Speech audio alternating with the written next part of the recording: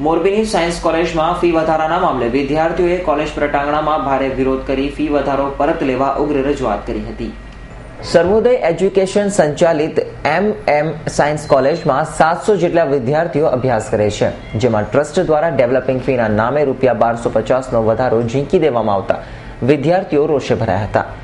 એક સેમેસ્ટરની ફી ₹720 છે, ત્યારે ડેવલપિંગ ફીના નામે ₹1250 ઉઘરાવવામાં આવતા વિદ્યાર્થીઓએ ઉગ્ર વિરોધ નોંધાવ્યો છે.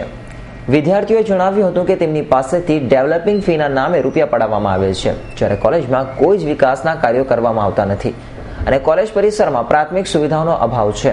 તેના કારણે આ વિરોધ કરવામાં આવી રહ્યો છે.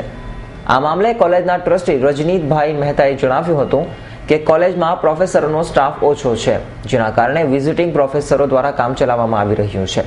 આ પ્રકારના ખર્ચને પહોંચી વળવા માટે ફીમાં વધારો કરવામાં આવ્યો હોવાનું નિવેદન કરવામાં આવ્યું હતું. અગત્યની વાત એ છે કે કુલ કાયદેસરની ફી છે 720 આ સાયન્સ કોલેજમાં અને લે છે ₹1970 અને ₹1250 વધારે જે લીધી એ શેની લીધી અમને ખબર જ નથી. મેં રજૂઆત પ્રિન્સિપાલને કરી છે કે આ તમે વધારાની ફી લીધી છે એ શા માટે લીધી છે અને આ ફી લીધી છે એનું રિફંડ આપો.